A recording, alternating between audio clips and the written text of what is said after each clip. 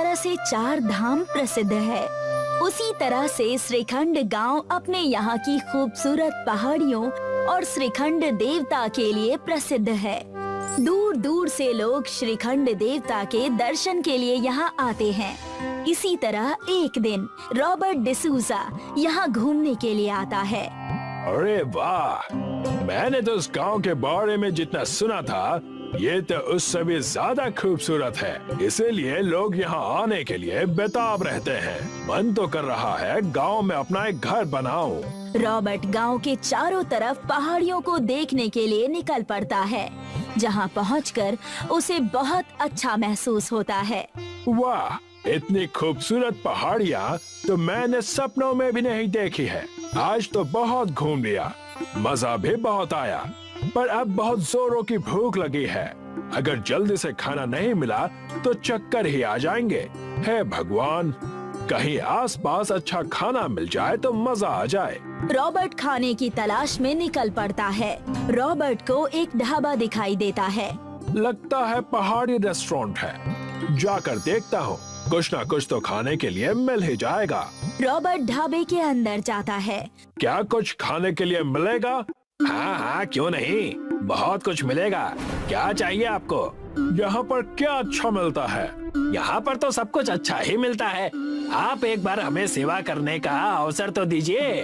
ठीक है, 2 आलू पराठे लेकर आओ। रॉबर्ट टेबल पर बैठ जाता है। कुछ देर में शिव प्रसाद रॉबर्ट के लिए आलू का पराठा बनाकर देता है। देखते ही देखते ढाबे में बहुत सारे ग्राहक आते हैं। यहाँ तो ग्राहकों की भीड़ लग गई। लगता है इस गांव में कोई दूसरा रेस्टोरेंट नहीं है। अगर मैं यहाँ अपना एक रेस्टोरेंट खोल दूँ तो बहुत पैसे कमा सकता हूँ। रॉबर्ट जल्दी से अपने पराठे खत्म करके और शिव प्रसाद को पैसे देकर यहाँ से सीधे शहर के लिए निकलता है और वहाँ से कर्जा लेकर यहाँ पर एक रेस्टोरेंट बनाता है। आ जाओ, नया रेस्टोरेंट खुला है। बहुत से लोग रॉबर्ट के रेस्टोरेंट में खाना खाने के लिए आते हैं, पर उनको यहाँ का खाना कुछ खास पसंद नहीं आता और वो लोग खाना खाने के लिए शिव प्रसाद के ढाबे पर जाते हैं। ये देखकर रॉबर्ट को बहुत गुस्सा आता है। वो शिव प्रसाद के पास जाता है। देखो, मैंने इस गांव में एक नया रेस्टोरेंट खोला है। बधाई हो भाई साहब, तुम्हारे इस ढाबे की वजह से लोग मेरे रेस्टोरेंट में नहीं आ रहे हैं। पर इसमें मेरी क्या गलती है? अपना ये ढाबा बंद कर दो, नहीं तो अच्छा नहीं होगा। देखिए भाई साहब, ये हमारे पूर्वजों का बनाया हुआ ढाबा है। इसी से हमारी रोजी रोटी चलती है।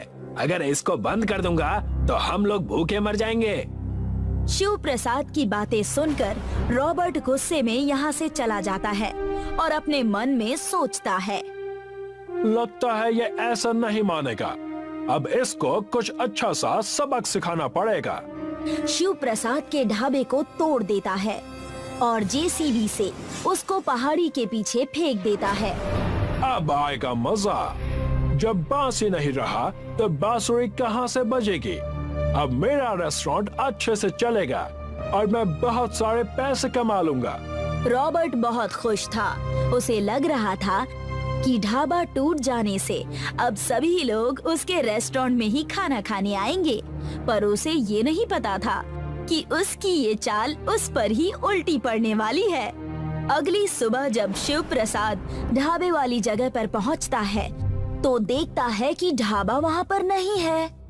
अरे, मेरा ढाबा कहाँ चला गया? मैं तो लुट गया, मैं तो बर्बाद हो गया। शिव प्रसाद इधर उधर ढाबे को ढूंढने लगता है और ढूंढते ढूंढते पहाड़ी पर पहुंच जाता है, जहां पर उसका ढाबा टूटा हुआ पड़ा है। वो उसे देखकर जोर जोर से रोने लगता है। ये मेरे पूर्वजों की निशानी थी, ये सब कैसे हो गया? दूसरी तरफ श्रीखंड भगवान एक फकीर बाबा का वेश बनाकर यहाँ घूमने के लिए आते हैं। वो सबसे पहले रेस्टोरेंट में जाते हैं। बहुत भूख लगी है बेटा, कई दिनों से खाना नहीं खाया, कुछ खाने के लिए दे दो। फकीर बाबा की हालत बहुत खराब है। उनके कपड़े फटे हुए हैं और पैरों में चप्पल भी नहीं है। अरे भिखारी बुड्ढे, यहाँ अंदर कैसे घुस गया तू? निकल जा यहाँ से। बेटा ऐसा मत बोलो, मैं भूखा हूँ, मुझे खाना खिलाओगे तो पुण्य मिलेगा। अबे बुड्ढे, ये रेस्टोरेंट अमीरों के लिए है, तुम जैसे भिखारियों के लिए नहीं। चल निकल जा यहाँ से। रॉबर्ट फकीर बाबा को रेस्टोरेंट से बाहर निकाल देता है। फकीर बाबा पैदल चलते हुए पहाड़ी की तरफ जाते हैं, जहाँ शिव प्रसाद ढाबे के सामने बैठकर रो रहा है। कुछ खाने के लिए दे दो बेटा, बहुत दिनों से भूखा हूँ। बाबा मेरे पास आपको खिलाने के लिए कुछ भी नहीं है। बेटा मैं तो एक भूखा साधु हूँ, प्यार से बासी खाना भी खिलाओगे तो वो भी खा लूंगा। मेरा सारा खाना खराब हो चुका है, ये देखिए खाना बनाने का सामान भी नीचे जमीन पर बिखरा हुआ है।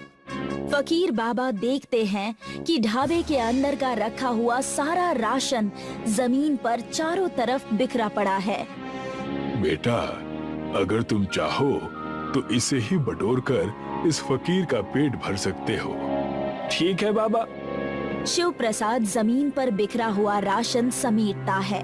वो फकीर बाबा को खाना खिलाता है, जिससे फकीर बाबा की भूख मिट जाती है। तुमने एक भूखे फकीर को खाना खिलाया है, उसकी भूख मिटाई है। ईश्वर तुम्हारे सारे दुख दर्द मिटा देगा। फकीर बाबा की दुआ पूरी होने पर ढाबे के चारों तरफ एक बहुत बड़ा इंद्रधनुष बन जाता है। ईश्वर तो मुझसे नाराज है बाबा, देखिए ना मेरे ढाबे का क्या हाल हो गया है। शिव प्रसाद पीछे अपने ढाबे की तरफ देखता है तो वो चौंक जाता है, क्योंकि ढाबा पूरी तरह से इंद्रधनुष से ढक गया है और बहुत खूबसूरत दिखाई दे रहा है। ये तो चमत्कार हो गया। लगता है ईश्वर तुम्हारी मदद करना चाहते हैं। पर ये इंद्रधनुष तो कुछ ही समय में गायब हो जाएगा। क्या श्रीखंड भगवान इस जगह से गायब हो गए हैं? नहीं, वो हमेशा से यही हैं और हमेशा यही रहेंगे। अगर श्रीखंड भगवान हमेशा यही रहेंगे तो उनका आशीर्वाद और ये इंद्रधनुष भी तुम्हारे साथ हमेशा रहेगा। इतना कहकर फकीर बाबा यहाँ से जाने लगते हैं। शिव प्रसाद उन्हें जाते हुए देखता है। जब वे शिव प्रसाद की आंखों से ओझल हो जाते हैं तो शिव प्रसाद पीछे मुड़कर देखता है तो इंद्रधनुष अब और भी बड़ा हो गया है और अब उसका ढाबा इंद्रधनुष के ऊपर अच्छे से सज गया है। इंद्रधनुष ढाबे पर पहुंचने के लिए कुछ सीढ़ियां बन गई है। शिव प्रसाद उन सीढ़ियों से अपने ढाबे में जाता है और देखता है कि ढाबे की हालत पूरी तरह से बदल गई है। ढाबा अंदर से चमकदार हो गया है। हे श्रीखंड महाराज, आपकी जय हो। जैसे ही लोगों को इस इंद्रधनुष वाले ढाबे के बारे में पता चलता है, रॉबर्ट के सारे ग्राहक उसके रेस्टोरेंट का खाना छोड़कर इस ढाबे की तरफ चले आते हैं। लगता है ये ऐसे नहीं मानेगा, उसको फिर से सबक सिखाना पड़ेगा। रॉबर्ट जेसीबी मशीन लेकर ढाबा तोड़ने के लिए जाता है, पर जैसे ही उसकी मशीन पहाड़ी पर पहुंचती है, वो फिसलन के कारण पहाड़ी से नीचे गिर जाती है। ये क्या हो गया? इस तरह से तो मैं बर्बाद हो जाऊंगा। ग्राहक न आने की वजह से रॉबर्ट का रेस्टोरेंट बंद हो जाता है।